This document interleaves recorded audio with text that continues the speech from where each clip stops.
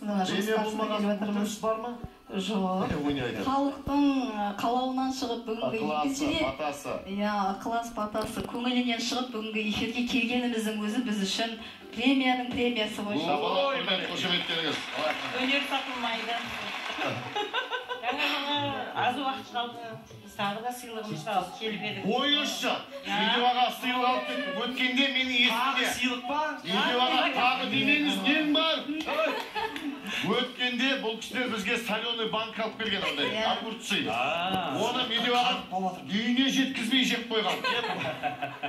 Менің үйіме де жеткен жоқ. Осы жолы не алып келдіңіз? Сол жетпей қалғандар тағы да дәметіп болмасын.